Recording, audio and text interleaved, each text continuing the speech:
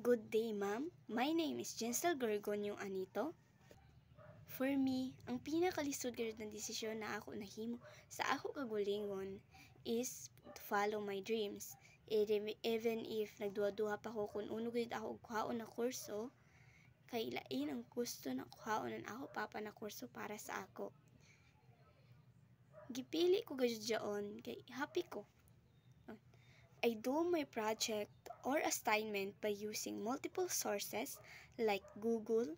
But before I do that, tinitignan ko muna ang mga examples kung tama at kung reliable ba at saan galing.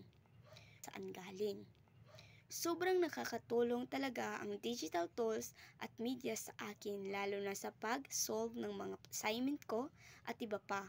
Napapadali din ito ang trabaho ko bilang isang estudyante. Ang aking ginagawa is time management tools. To study, organize, and focus katulad ng tinatapos ko muna ang assignment ko at mga gawain sa school bago gawin ang mga gawain sa bahay.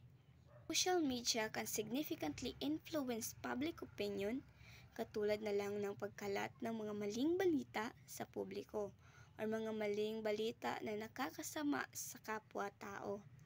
Nakaka-influence din ito makagawa ng mali o tamang gawin.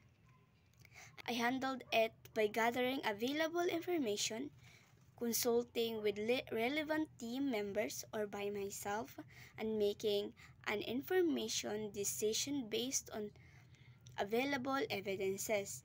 This approach allows for timely actions while minimizing the rest of our trabaho.